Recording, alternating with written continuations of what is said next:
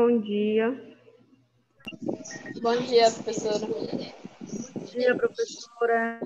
Saudade. Hoje nós vamos falar um pouco sobre alguns outros métodos de diagnóstico que são mais específicos. Vocês estão conseguindo ver?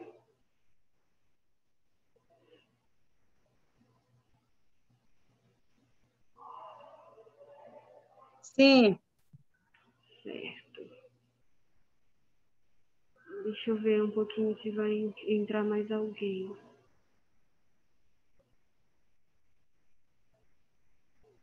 Eric, Ladilce, Leida e Renato.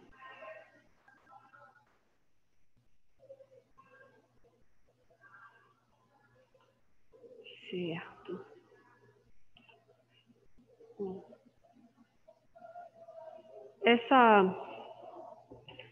Essa parte da imunoclínica, ela é mais... não é que seja mais difícil, mas ela tem mais detalhes. Então, você precisa estudar um pouquinho mais, porque é muita coisa. O que a gente viu lá na primeira avaliação, a gente vai ter que empregar aqui a maioria dos conceitos, né, que vai voltar novamente, só que são testes um pouco parecidos.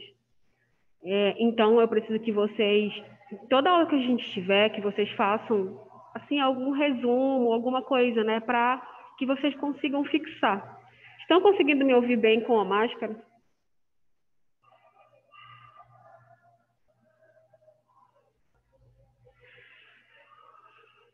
Sim, professora. Tá, tudo bem. Então, vamos começar. Nós não vamos terminar toda a aula hoje, porque são 65 slides. Só da primeira parte da segunda verificação. Nós vamos terminar 2 testes diagnósticos hoje, e aí eu vou passar uma atividade para vocês fazerem relacionada a esses 2 testes diagnósticos. Não quer passar? Deixa eu ver aqui. Bom, como a gente já viu antes, na imunoclínica, os sinalizadores, né, de interação são os antígenos e anticorpos que vão estar conjugados a ligantes. Esses ligantes, eles podem ser usados em forma de energia, e essa energia ela vai mostrar uma coloração, né, de acordo com o tipo de diagnóstico que nós estamos fazendo.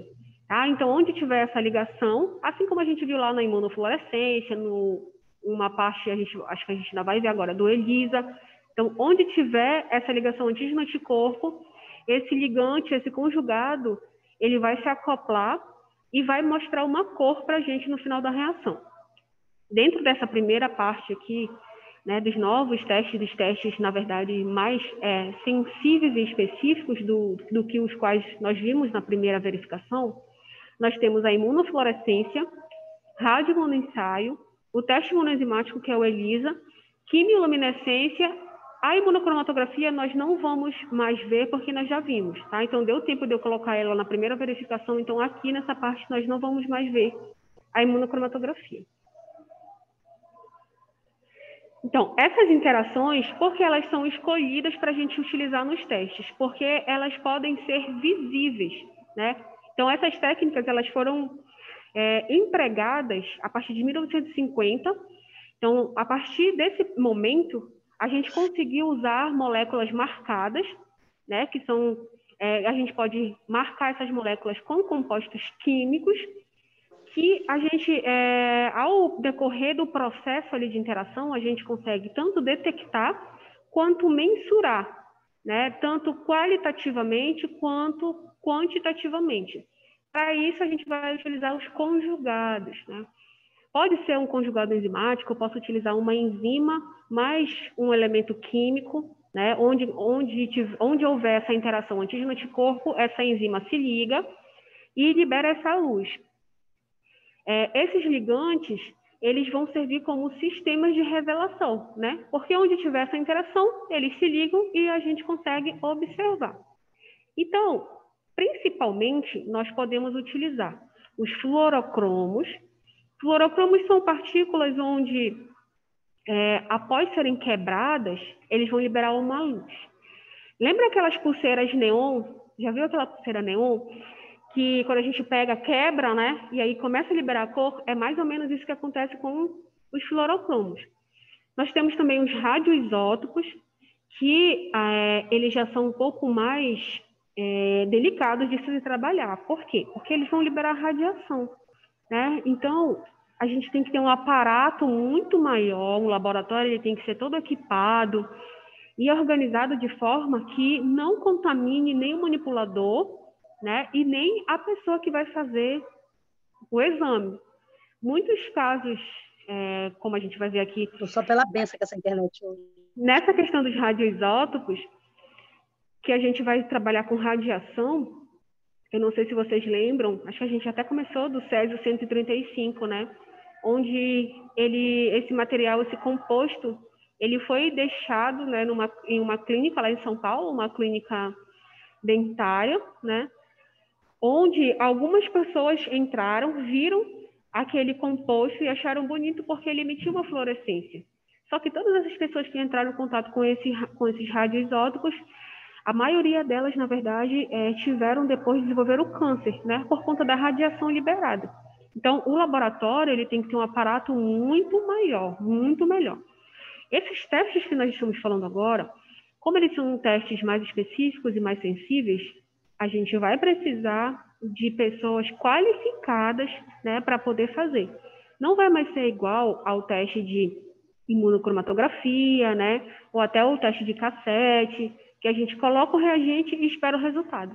Aqui nós temos vários passos, tá? Temos também as enzimas com substratos cromogênicos, que são os imunoenzimáticos, e as enzimas que a gente pode utilizar com substratos luminescentes, e nós vamos utilizar ele no processo de quimiluminescência. O primeiro que nós vamos falar agora é o radioimunoensaio. Se tiverem alguma dúvida, se você tiver alguma dúvida, tá? Pode perguntar. Então, em relação às características gerais, né? Vemos que os primeiros relatos desses tipos de diagnóstico, eles começaram em 1950. O radioimunoensaio, né, ele foi feito a primeira vez em 1959 por 2 pesquisadores e ele era utilizado para quantificação de insulina, tá? Ele foi a primeira técnica a ser padronizada, né? Então, onde você for empregar, né, como ela está padronizada, você vai ter o mesmo resultado. Então, foi a primeira técnica padronizada capaz de detectar e quantificar substâncias. Essas substâncias, elas são na ordem de nanoapicogramas. Então, são quantidades muito pequenas. Para vocês terem uma noção, né, do quanto ele é sensível, que ele consegue quantificar em nanogramas e picogramas. Então, é muito sensível e muito específico. Então, a partir da produção desse tipo de diagnóstico, eles conseguiram determinar qualquer tipo de molécula biológica, né? Desde que essa molécula ela tivesse um receptor específico para que ela pudesse ser marcada. Então, se a molécula tivesse um receptor específico e ela tivesse a possibilidade de ser marcada, aí ele poderia utilizar, né, o RIA, que é o radioimunoensaio, para fazer a marcação e visualização dessa molécula. Então, o radioimunoensaio ele é empregado, né, com antígenos marcados. O termo que a gente utiliza para abreviar é o RIA, e o termo imunorradiométrico, né, que é o IRMA, é utilizado em ensaios com anticorpos marcados, tá? Então, vocês conseguem perceber aí a diferença. Radioimunoensaio, antígenos marcados. Imunorradiométrico, a gente vai trabalhar com anticorpos marcados. As características gerais desse ensaio clínico. Ele vai apresentar uma alta sensibilidade, né? Por quê? Porque ele consegue detectar partículas na ordem de nanoapicogramas. Isso é importante vocês lembrarem, porque essa é uma particularidade que vai fazer ele se diferenciar dos outros testes. Ele também apresenta elevada especificidade, né? E com isso, eles podem acontecer, esse ensaio ele pode ser feito diretamente no líquido biológico. Eu não vou precisar trabalhar em cima dessa amostra biológica. Eu posso trabalhar diretamente no líquido biológico, tá? E o volume da amostra, eu não preciso de 1 ml de amostra, eu não preciso de 20 microlitros de amostra, porque eu estou trabalhando na ordem de nano a picogramas. Então, uma quantidade de amostra muito pequena, eu já consigo obter um resultado muito bom. Então, aqui, agora, como nós temos métodos muito parecidos, eu vou precisar que vocês saibam as vantagens e desvantagens do teste, para a gente poder conseguir fazer isso na prova, tá certo? Então, aqui é necessário, vai cair questões relacionando a vantagem e desvantagem do teste. Então, ele é um método muito sensível, tá? Então, o que eu quero que vocês saibam, fiquem cientes do porquê de cada vantagem e de cada desvantagem. Eu não quero e a gente nem consegue gravar tudo, né? Qual é a vantagem, qual é a desvantagem, mas eu consigo, se eu entender, eu consigo montar, né, dentro do meu raciocínio, algo que seja o mais próximo dessas características gerais.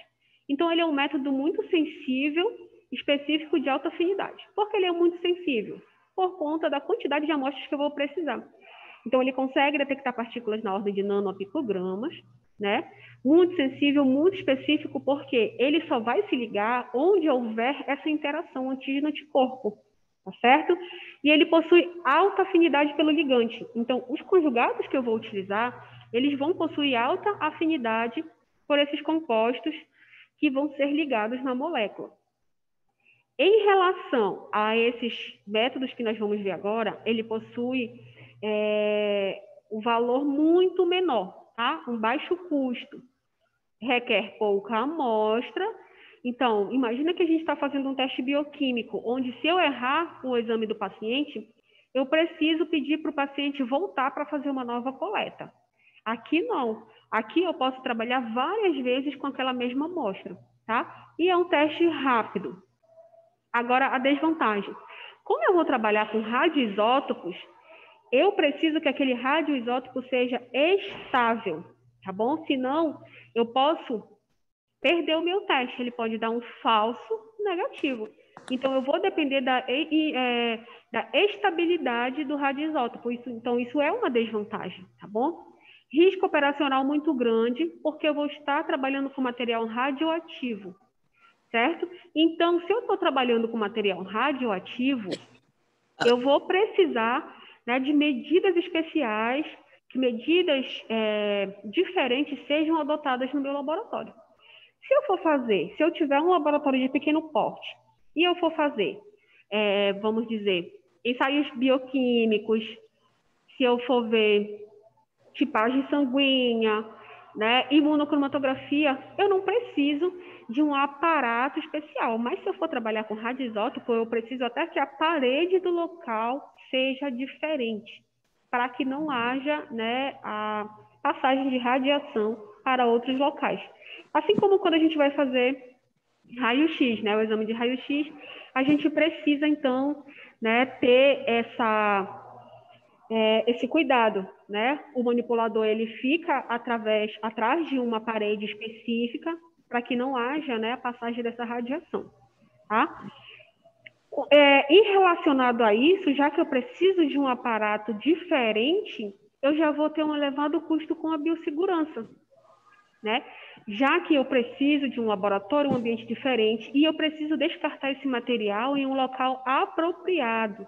Não é feito descarte do material nesse lixo comum que nós temos dentro do laboratório. Então, eu vou ter que pagar uma empresa, né, para recolher esse material, tá bom?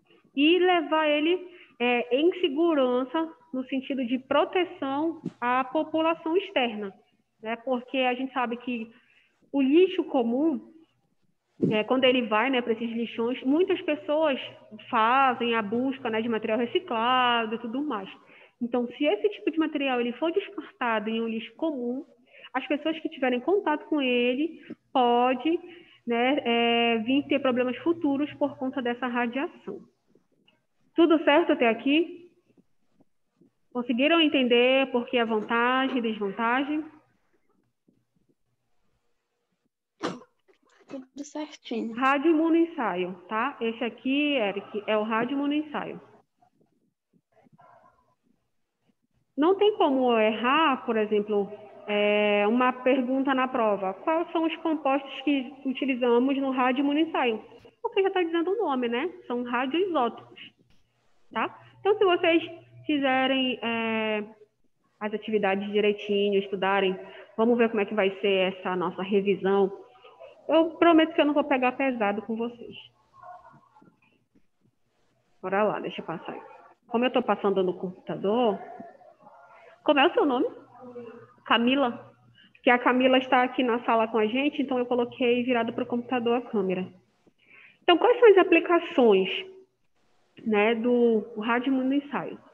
Como ele é um método que tem uma alta sensibilidade, eu vou conseguir fazer a dosagem de substâncias que elas não são encontradas em concentrações suficientes, né, para ser vistas, percebidas, diagnosticadas por outras técnicas. Por quê?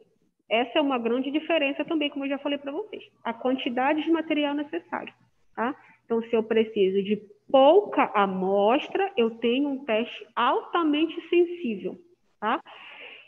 Quais são os tipos de moléculas que eu consigo marcar com radioimunoensaio? Polipeptídeos, cetocolaminas, esteroides, antibióticos, hormônios tireoidianos, proteínas, vitaminas, vírus, tá? Eu consigo ali ver no tecido ou então em líquido, né? O vírus da hepatite B, ele também pode servir como um marcador tumoral, então eu consigo identificar diversas substâncias e moléculas, tá bom? Através desse tipo de diagnóstico. Então, qual é o princípio geral? O que é o princípio, né? Que a Leida até me perguntou, mais ou menos, o que seria o princípio. O princípio do teste, ele não é o objetivo. O princípio é mais ou menos o que acontece com aquele teste, tá bom? Então, aqui, o que ele fala? É uma reação de competição por um receptor comum entre uma substância, né, que vai ser determinada e a mesma substância marcada com esse radioisótopo. O que eu vou precisar? Calma que vocês vão entender, tá? Ficou um pouco confuso aqui, né, o princípio, mas vocês vão entender quando eu for dar os exemplos que nós temos dentro desse diagnóstico. Então, aqui, quais são os componentes? Eu vou precisar de um anticorpo radioativo, um antígeno radioativo, a amostra que eu vou testar e um leitor radiométrico, né? Que através desse leitor é que ele vai me dar os parâmetros, né, daquela amostra. Então, esses aqui são os principais marcadores que nós utilizamos, tá? Então, a gente utiliza esse 125I, né, que é um radioisótopo muito utilizado. Então, ele é o mais comum, que a meia-vida dele, que quanto tempo, né, qual é a metade do tempo que ainda ele vai estar viável para ser utilizado, é em torno de 57 dias e meio. Então, eu tenho uma estabilidade maior com esse radioisótopo, tá? Então, ele vai se ligar muito facilmente à tirosina das proteínas, tá? Ele vai produzir radiação, né? E ele também serve para dosagem de hormônios proteicos. A gente pode utilizar o trítio e o carbono também, só que esse outro, ele é muito mais utilizado. Então, quais são os tipos de diagnóstico dentro do radioimunoensaio que nós temos? Isso aqui eu preciso que vocês saibam, tá? Quais são os tipos de radioimunoensaio? De competição com o antígeno marcado, tá? Eu tenho de competição com o anticorpo marcado, eu tenho o de sanduíche ou de captura de antígeno e eu tenho para detecção de IgE, né? Lembra lá do IgE, que ele é um marcador de quê?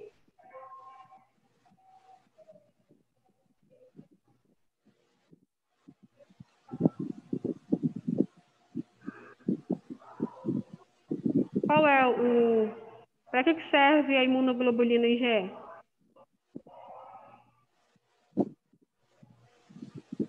Para que serve, Camila? O IgE, ele está relacionado aqui. Eric, Leida, vocês lembram aí? O IgE de alergia? Isso, então ele vai ser utilizado em processos alérgicos aqui também, tá? Então, dentro da detecção de IgE, nós temos o paper, radioimuno, né, sorbente teste, que a gente chama de PRIST, ou o RAST, tá? A gente vai ver o que vai mudar de um para o outro. Então, aqui, vamos ver primeiro, com calma, né, o tipo de diagnóstico de competição com antígeno marcado. Primeiro, a gente logo tem que pensar no nome do diagnóstico, da técnica. Competição, tá?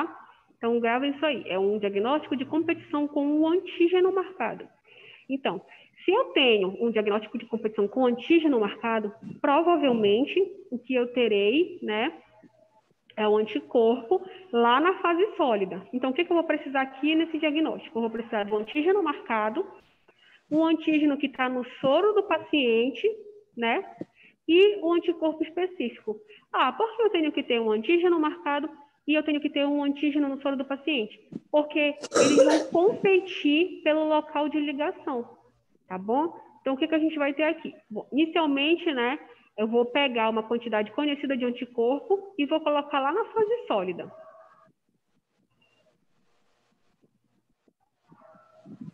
Tá. Vou voltar aqui um instantinho, que o Eric pediu para que eu voltar.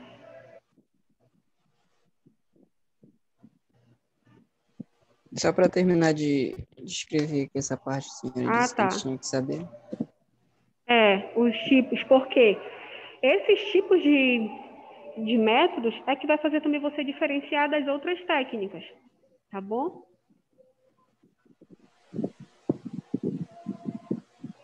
Mas lembra que eu vou colocar na plataforma depois, tá? Ou se eu não colocar hoje, mas eu vou colocar amanhã na plataforma para vocês acompanharem com mais calma. E eu vou também fazer vou deixar um material para vocês lá pela plataforma.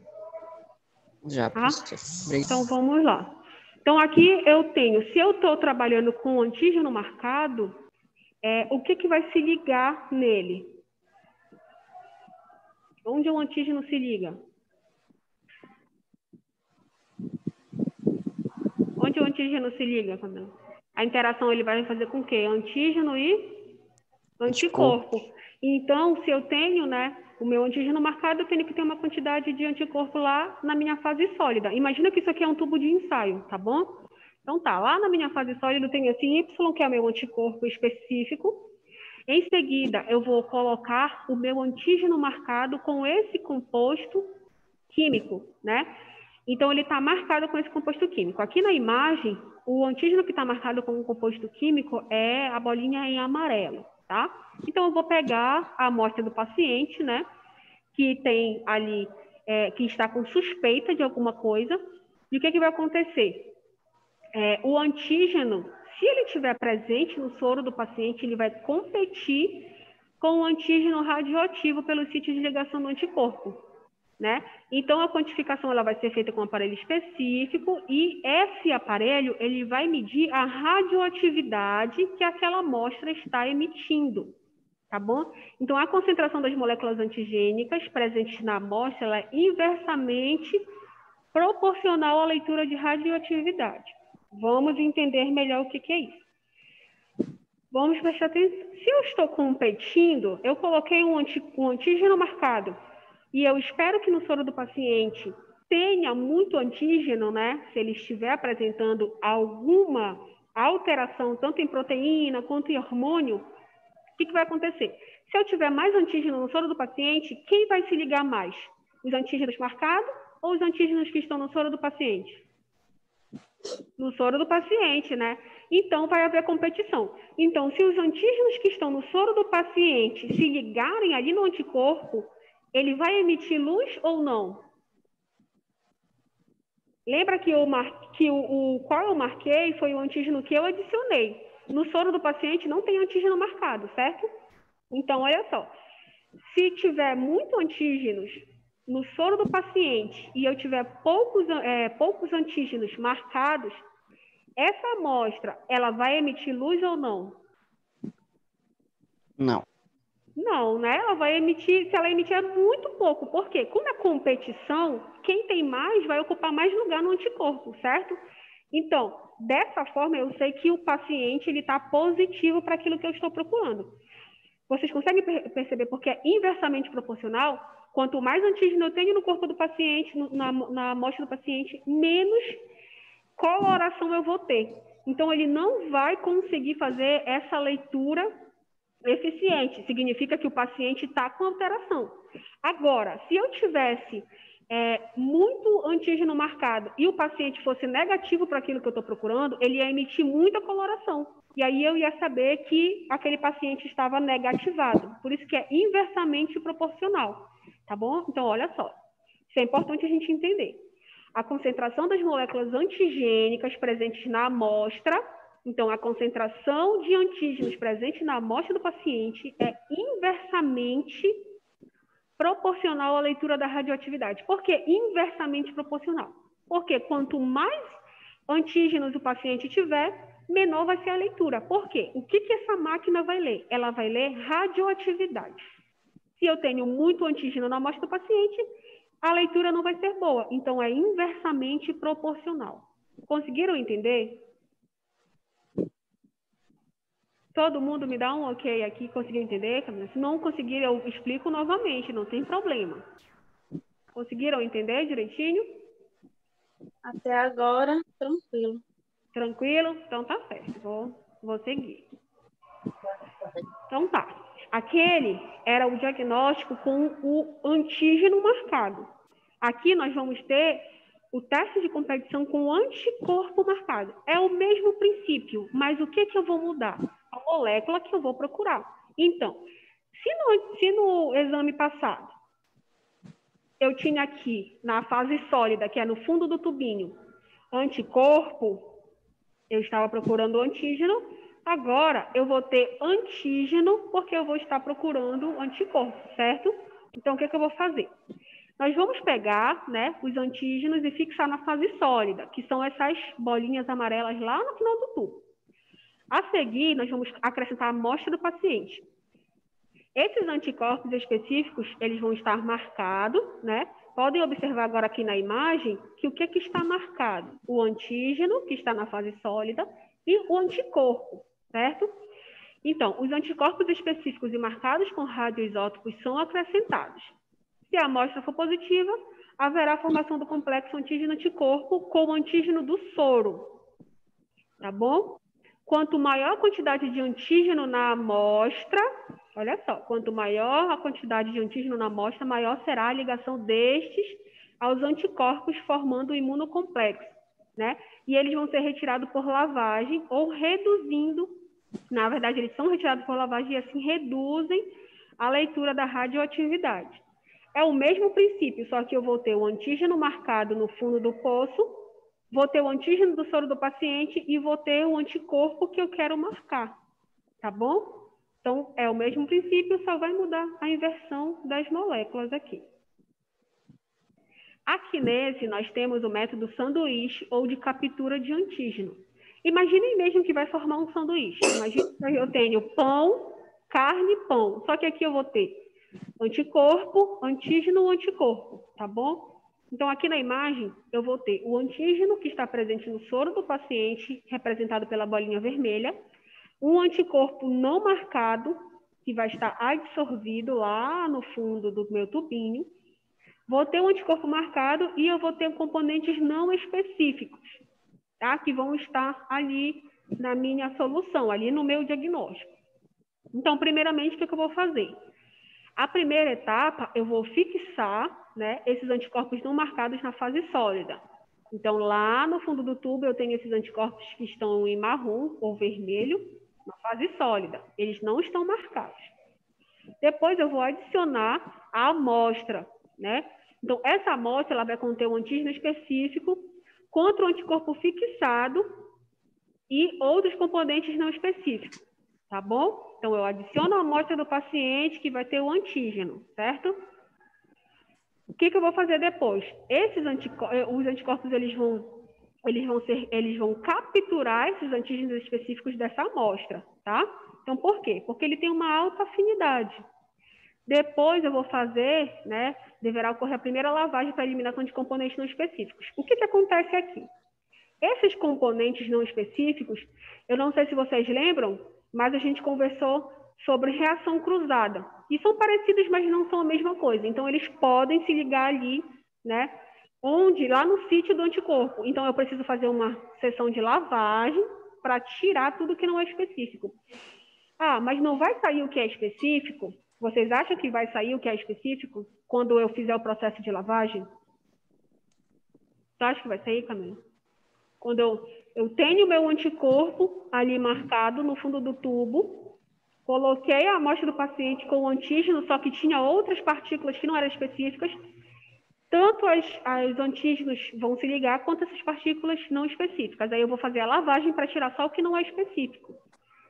Vocês acham que vai sair o que é específico junto com o que não é específico? Eu acho que vai sair? Ou tu acha que vai ficar? O que vocês acham? Por que tu acha que não, Leida? Porque eu não coloquei um antígeno específico para separar, assim, Isso, porque ele tem uma alta afinidade, isso mesmo. Então, nesse processo aqui, tanto nesse quanto no ELISA, isso, a gente faz várias lavagens, mas ele não sai, porque ele tem uma alta afinidade, porque eu tenho vários, né? Aqui nessa imagem está representando 1 ou 2 anticorpos, mas na hora da reação eu tenho muitos. Então, realmente, só o que vai sair é o que não foi específico. Agora, a gente vai passar para a segunda etapa. Qual é a segunda etapa? Nós vamos acrescentar um segundo anticorpo específico que vai estar marcado com uma substância, né? Que vai formar o sanduíche. Então, quando formar esse sanduíche, quando a gente for colocar naquela máquina de leitura, a gente vai ver a formação do imunocomplexo, porque esse anticorpo marcado, ele vai mostrar, né? Ele vai emitir uma radiação e a máquina consegue captar aquela radiação. Vocês conseguiram entender? Conseguiram entender, Camila? Quer que eu explique de novo? Tá. Vamos explicar de novo. Aqui eu tenho o meu tubinho, né? Meu tubo de ensaio, com o meu anticorpo não marcado. Imagina que esse anticorpo não marcado, ele veio dentro do kit, né? Para eu usar. Então, eu tenho ali naquele tubinho o meu anticorpo não marcado. Por que eu preciso de um anticorpo já lá? Porque o nome do teste é antígeno, captura de antígeno ou sanduíche. Então, como é que eu consigo capturar um antígeno? O que eu preciso ter para que o antígeno se ligue? O que eu preciso ter, Camila? Para que o antígeno se ligue? Um anticorpo específico. Isso, eu preciso ter um anticorpo específico. Muito bem. Então, se eu vou capturar antígeno, eu já tenho que ter um anticorpo específico lá. Então, no kit já vem esse anticorpo específico, que vai estar adsorvido ali no fundo do tubinho, certo? Então tá. Pego a amostra do paciente, que supostamente tem, né, alguma alteração, tanto de hormônio quanto de proteína, dependendo do que eu estiver procurando. Só que na amostra do paciente, eu tenho outros componentes que não são o antígeno específico. Então, eu posso ter proteínas inespecíficas, várias outras coisas. E elas podem se ligar também nesses anticorpos que eu tenho que estão lá no fundo do tubo. Porém, a ligação é fraca, certo? A ligação entre elas é fraca. Então, quando eu faço o processo de lavagem, que é quando eu jogo água mesmo naquela, né? Eu jogo uma solução ali naquela minha amostra, com aquele meu tubinho, tudo que for inespecífico vai sair e só vai ficar o que é específico. Então, até aqui, eu tenho um anticorpo que já estava no fundo do tubo e eu tenho o antígeno que está na amostra do paciente, certo? Então, se eu for comparar com o sanduíche, eu já tenho o pão, a carne. Para fechar o sanduíche, falta só o quê? O outro pão, certo? O que é esse outro pão? É um anticorpo. E esse anticorpo, ele vai estar marcado, tá bom? Por que ele vai estar marcado? Porque a máquina, ela vai fazer a leitura da radiação. Então, onde eu tiver o anticorpo marcado, a máquina lê e me dá, né, uma quantificação daquela radiação. Então, eu vou ter o anticorpo não marcado no fundo do tubo, o antígeno que está presente na amostra do paciente, e para fechar ali o meu sanduíche, eu vou precisar de um anticorpo marcado, porque é ele que vai fazer com que a máquina, né, veja a quantidade de radiação. Tá bom? Só pensar sanduíche ou captura de antígeno. Se é captura de antígeno, o que eu preciso para ter? Ter para capturar o antígeno? Eu preciso de anticorpo. Então, se é um sanduíche, ele vai precisar de 2 anticorpos. Então, um já está lá no fundo do tubo, que não está marcado. O antígeno está na amostra do paciente e eu coloco um anticorpo marcado, formando o sanduíche. Tá bom? Professora? Pode falar, Eric. Então, nesse caso, vai ser diferente dos outros, né? Vai ser o contrário. Quanto mais luz Isso. tiver, vai ser positivo, né? Isso, porque, muito bem, porque ele vai conseguir se ligar, né? Lá onde tem o antígeno, então eu coloco um outro anticorpo. Então, ao contrário dos outros, que era de competição, aqui não é competição. Aqui onde tiver, ele se liga, ele não precisa competir com nada. Então, quanto maior a ligação, né? Várias moléculas ligadas, maior a radiação. Tá bom? Aqui é diretamente proporcional, lá era inversamente proporcional. Mas depois vocês vão ler com calma e vão conseguir entender melhor, porque realmente essa parte é mais complexa. Então, aqui eu tenho a minha captura de IgE, né? Então, aqui eu só vou trabalhar com anticorpos, tá? Então, o que eu vou precisar? É como também se ele formasse um sanduíchezinho, mas um sanduíche só de anticorpo. Então, aqui eu tenho o meu anticorpo anti-IgE, tá? Que não está marcado, ele vai estar fixado lá na minha fase sólida, tá? Eu vou acrescentar o soro, né? Por que eu vou ter aqui só anticorpos? Alguém me fala, por favor, por que eu vou ter aqui só anticorpos? O que é o IgE?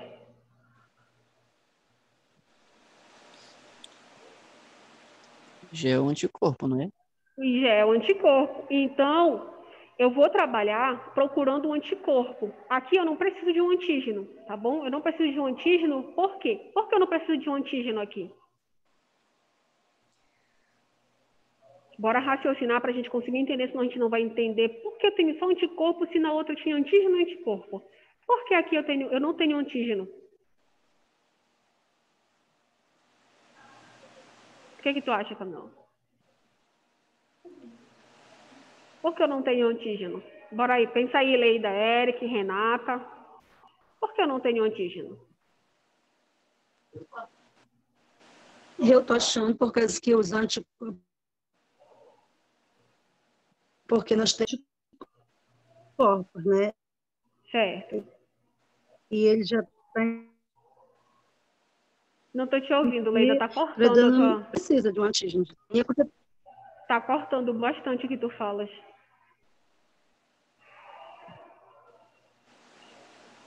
Olha só, bora lá. Meu Bora Deus, pensar na aqui. internet. Eu não escuto nadinha, Leida, na verdade eu escuto só o começo do que tu falas e o final. Bora pensar aqui. Aqui eu tenho algum micro-organismo nesse teste? Não, não tem nenhum micro-organismo, né? Porque ele está pesquisando IgE. E quem produz IgE? Nós, né? Então eu não tenho um organismo estranho. O que seria o micro-organismo na relação antígeno-anticorpo? Ele seria o antígeno ou ele seria o anticorpo? O antígeno. Ele seria o antígeno, muito bem. Mas aqui eu só tenho que fazer a detecção de anticorpo. É por conta disso que eu não tenho antígeno, tá bom? Porque o IgE é um anticorpo. Então, quando ele fala um anti-IgE, significa que é um anticorpo, né, que pode se ligar ao IgE, tá bom? Então, aqui eu não tenho antígeno por conta disso, porque o IgE é um anticorpo e eu não estou trabalhando buscando moléculas, nem proteínas, nem micro-organismos. Eu estou trabalhando com um anticorpo. Então, ele vai colocar um anti-IgE para que ele possa se ligar, tá? Essa é a grande diferença aqui, tá bom? Nesse teste. Então, bora lá ler com calma. Então, aqui eu vou ter anticorpos anti-IgE, né, e não marcados, fixados na minha fase sólida. Imaginem que essa parte branca, né, é a lâmina que vocês estão trabalhando. Então, a lâmina é a parte sólida. Então, eu vou ter ali, né, um anticorpo IgE não marcado.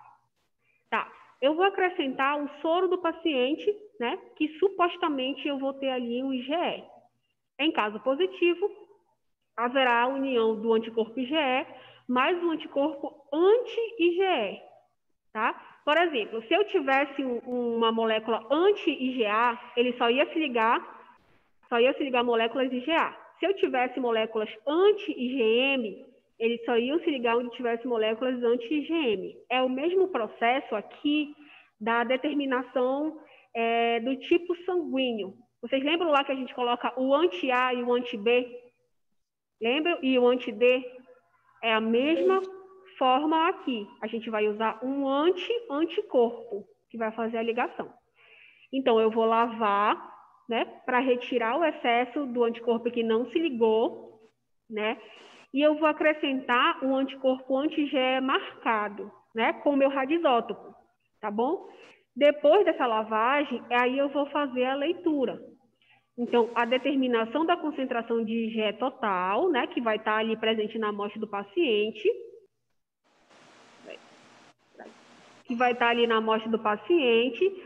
ela vai ocorrer, né, através de um cálculo que vai relacionar o valor obtido com uma determinada curva padrão. Então, aqui, a gente, além de observar, nós temos que fazer um cálculo, tá, que tem uma curva padrão para a gente poder dizer se aquele paciente ele está produzindo muito IgE, né, ou se ele não está produzindo IgE, tá certo? Então, aqui eu posso tanto fazer a mensuração de processos alérgicos quanto parasitários, né? Vocês lembram lá? Eumintos, né? E processos alérgicos. Tá bom? Deu para entender aqui? Nesse teste nós não temos antígenos, porque nós estamos procurando anticorpo. Então, eu vou ter um anticorpo não marcado, um anticorpo que está no soro do paciente e o anticorpo que eu vou marcar para que eu possa fazer a leitura na máquina, tá bom? E esse corpo que está marcado vai fazer a liberação da radiação e a máquina vai ler e me dizer, olha, é essa quantidade que tem aqui. Aí eu pego uma curva padrão, faço uma continha, tá bom? E aí eu vou saber qual é a quantidade ali de IgE que tem no soro do paciente. Nós não fazemos muito esse tipo de teste, tá? E como precisa de um aparato sofisticado, essa segunda verificação ela fica mais complicada para a gente. Por quê? Porque quando a gente faz a prática, a gente consegue entender melhor. Só que não temos esse tipo de equipamento aqui na faculdade. Então, essa segunda verificação, ela requer de vocês mais atenção e que vocês estudem muito mais. Eu aconselho que vocês peguem cada tipo de diagnóstico e façam questionários. Por exemplo, a técnica de Priest, no que consiste? Aí, essa já é uma pergunta para ti. No que consiste a técnica de Priest? A adição de um anticorpo, né, marcado, faz assim. O que é o método de sanduíche, de captura de antígeno? Porque vai ficar muito mais fácil para vocês depois. Vai ser muita coisa para estudar. Então, aqui eu tenho um outro tipo de diagnóstico, que também é para IgE, né? Só que aqui eu vou procurar um alérgeno. O que é um alérgeno? O alérgeno é a substância que está provocando alergia, certo? Então, alguns de vocês me disseram que tem alergia a perfume, né? Algum tipo de comida. Então, é algo estranho que está entrando em contato com você. Então, isso é o alérgeno, tá bom? Então, aqui, eu tenho um alérgeno lá no fundo do tubo. Eu tenho um IgE, né, que está provavelmente no soro do paciente. E eu tenho um anticorpo anti-IgE marcado. O que eu vou fazer? Como eu quero um IgE nessa relação aqui com alergia, né? Vamos dizer que o Eric tem alergia a abacaxi, que muita gente tem alergia a abacaxi, que não pode nem sentir o cheiro. Então, eu vou pegar uma substância contendo abacaxi e vou colocar no fundo do tubo. Por quê? Porque se o Eric tiver um anticorpo que pode se ligar no abacaxi, na substância do abacaxi, ele vai se ligar, entendeu? Porque é um anticorpo específico. Vamos dizer que a Camila ela tenha alergia a camarão. Então, a minha substância alérgena, ela vai ser uma substância que tenha camarão, porque os anticorpos que a Camila possui vão se ligar lá naquela substância do camarão, tá bom? Então tá, vamos lá ler agora como é. Então, eu tenho meu alérgeno específico para o anticorpo IgE, certo? Que é o que eu estou procurando. Chega lá no médico e fala, eu tenho alergia a abacaxi. Então, ele já sabe que ele tem que procurar anticorpo contra abacaxi. Tá, pesquisado, né? E previamente fixado ao fundo do tubo na fase sólida. Então, eu tenho meu alérgeno ali na fase sólida. Vou acrescentar o soro do paciente, que provavelmente vai ter o IgE contra aquela substância, se for positivo. Então, havendo a presença de IgE específica, né? Aquele alérgeno, então haverá a formação do complexo. E eu coloco o meu anticorpo marcado. Onde é que esse anticorpo marcado vai se ligar? Ele vai se ligar toda vez que eu tiver a formação de um imuno complexo. Por quê? Porque ele é um anti-IgE, ele não é um anticorpo comum, ele é um anti-IgE. Se ele é um anti-IgE, onde ele vai se ligar? IgE. No IgE? Muito bem. Então, é esse raciocínio que eu quero que vocês tenham. O teste RAST, ele vai servir para a gente encontrar anticorpos contra um determinado alérgeno. O que vai determinar esse alérgeno? O que você se queixar para o médico. Você pode aparecer lá com uma reação alérgica inespecífica. Então, ele vai usar diversos alérgenos, né? Depois que ele fizer aquela anamnese. O que você comeu? O que você fez? Aí você fala, eu usei um perfume diferente, eu comi algo diferente. Enfim, ele vai utilizar aqueles alérgenos que você falou, né? Aí, esse IgE se liga nesse alérgeno e eu coloco um anti-IgE para se ligar e mostrar a radiação, tá bom? Então, eu vou acrescentar um anticorpo anti-IgE marcado, que vai se ligar lá no IgE, e então a reação vai revelar, né? Vai ser revelada através do segundo anticorpo. Por que a reação vai ser revelada através do segundo anticorpo? Me digam aí.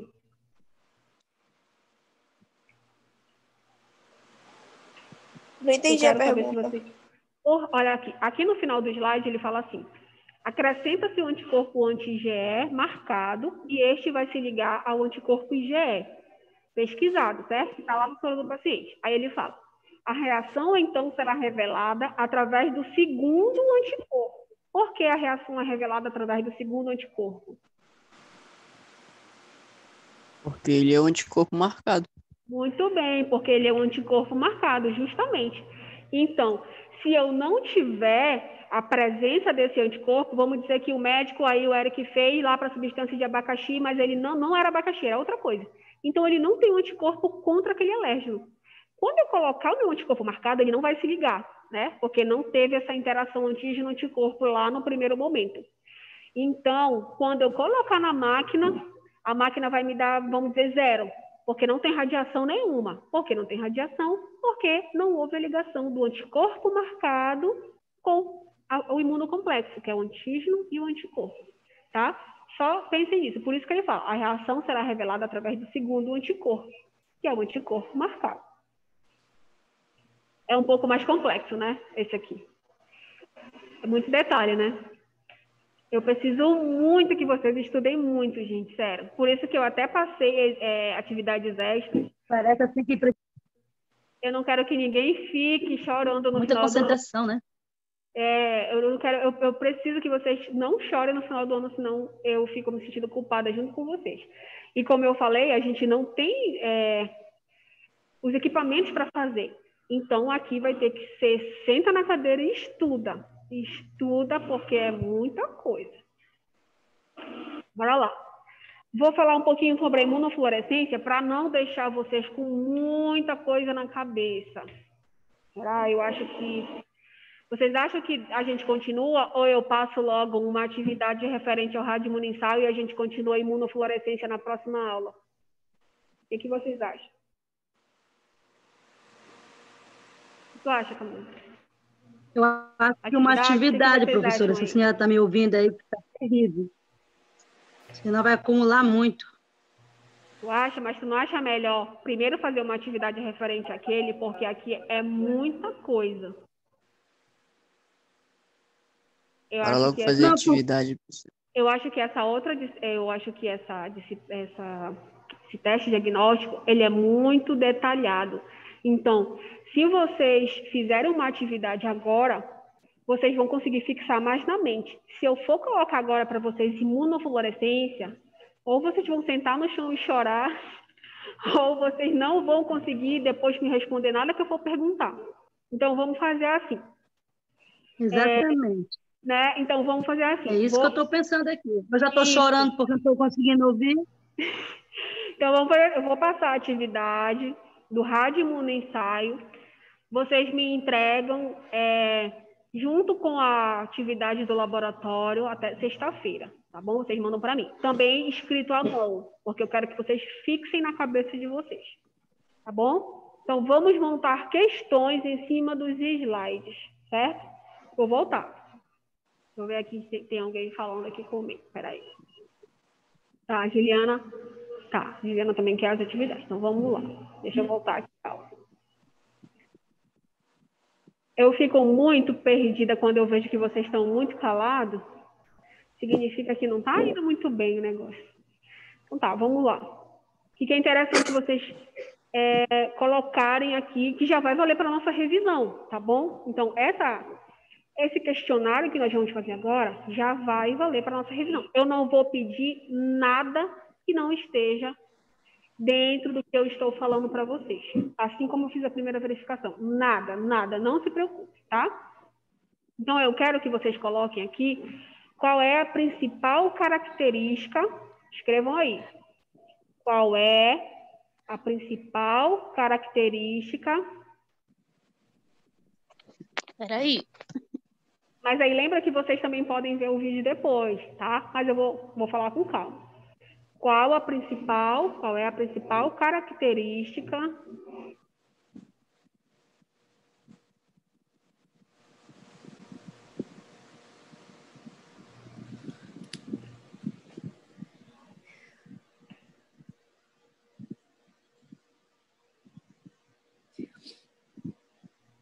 já? Qual é a principal característica? Característica relacionada à vantagem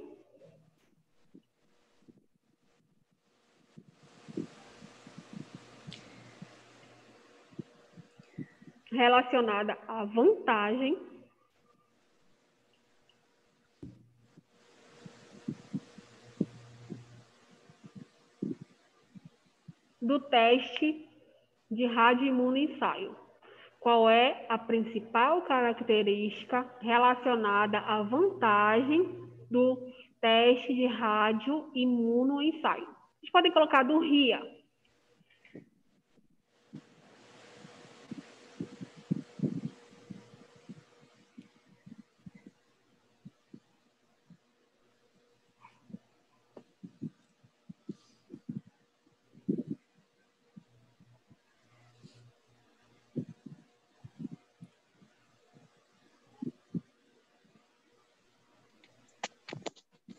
Tá? O que vocês acham que é? Antes de vocês escreverem, que vocês vão escrever com calma, pesquisar mais, mas o que vocês acham que é?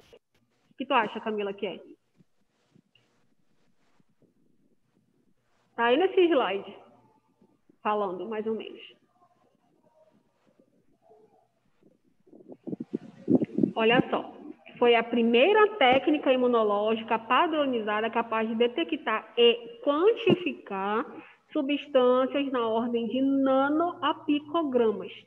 Então, essa é uma das maiores vantagens que ele tem em relação aos outros testes. A quantidade de amostra biológica que eu vou utilizar é muito pequena. Então, logo, ele é um teste muito sensível, tá bom? Depois vocês fazem com calma, eu quero que vocês coloquem do jeito que vocês entenderam, tudo mais, tá? Outra questão, coloquem aí.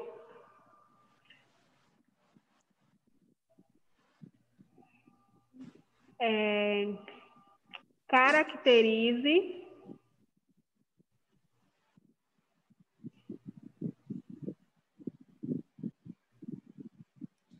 as vantagens e desvantagens do teste. Caracterize as vantagens e desvantagens do teste. O que é caracterizar? Eu quero que vocês coloquem assim. É um método muito sensível. Tá, mas por quê? Então, a gente já viu que está relacionado à quantidade de amostra. É um método muito específico de alta afinidade. Tá, mas por quê? Porque eu consigo detectar qualquer molécula que tenha um receptor viável para aquele teste. Espera aí que alguém está me perguntando alguma coisa aqui.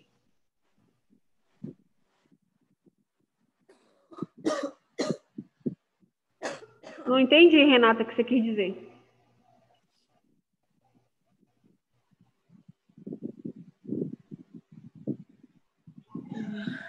Tá? Então, eu quero que vocês coloquem, vocês caracterizem as vantagens e desvantagens. Não é dizer qual é a vantagem, qual é a desvantagem.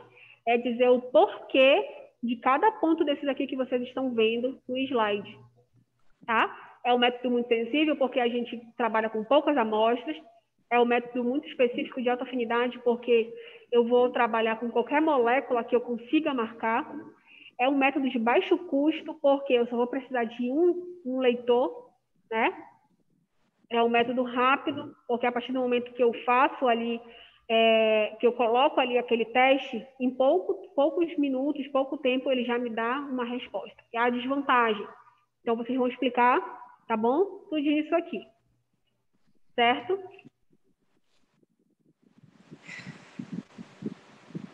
Tá. Aí eu quero que vocês coloquem aí.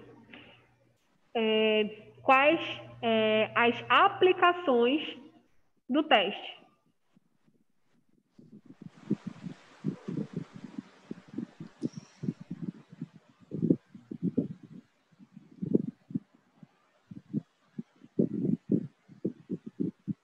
Tá? Quais as aplicações do teste?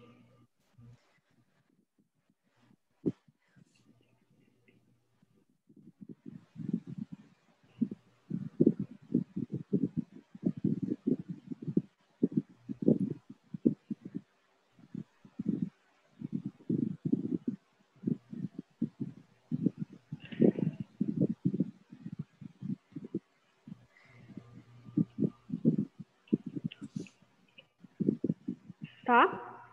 E agora, por último, eu quero que vocês coloquem assim. Descreva os principais tipos de RIA. Tá? Descreva os principais tipos de RIA. Eu não quero que vocês copiem como está aqui no slide, não. Eu quero que vocês coloquem como vocês entenderam. Leiam, não leiam só o que está no slide, procurem outras fontes e coloquem, o RIA de competição contígeno marcado, ele é feito da seguinte forma, tal. Para qual tipo de patologia? Aí vocês podem colocar um exemplo. De competição, né, com anticorpo marcado, ele é feito da seguinte forma. Eu não quero que vocês escrevam a mesma coisa que eu coloquei no slide, tá certo? Porque eu preciso que vocês compreendam. E se vocês não tiverem entendido, não coloquem qualquer coisa. Vamos discutir juntos isso, porque eu preciso que vocês entendam, tá certo? Eu preciso que vocês façam uma prova sem medo de ser feliz, né? Vocês têm que fazer a prova sabendo que vocês estão fazendo. Não é assim, eu vou fazer, não vai rolar, não vai dar certo. Dessa vez não vai dar certo, tá bom? E se a prova for presencial, vai ficar mais complicado ainda, né? Então, vamos estudar para a gente fazer uma prova boa, para todo mundo ficar logo de férias antes de dezembro terminar, né? Tá certo? Então, são essas questões. Por que eu vou passar só até aí? Porque aqui a gente tem vários tipos, né, de diagnóstico. Então, vai ficar até aqui. O próximo, se vocês já quiserem indo ler alguma coisa, aí vai ser imunofluorescência. Nós vamos falar na outra aula, tá? E a gente vai passar outra atividade no final da aula. Professora? Alguma dúvida? Oi. A senhora vai deixar o PDF dessa aula na plataforma? Eu vou deixar um material para vocês, tá bom? Vai ficar o vídeo e eu vou colocar um material referente a cada teste, tá? Tem alguma chance da prova ser presencial, professora? Porque teve gente que botou requerimento de não participar do presencial. Então, eu não sei ainda como é que vai ser, mas, por exemplo, se tiver aumentando os casos, não tem chance de ser presencial, né? Se não tiver, talvez a gente faça. Porque como a gente está vindo aqui para fazer de forma presencial a prática, né? Então, talvez seja presencial. Tá bom? Entendi. Tem mais alguém que quer falar alguma coisa, alguma dúvida?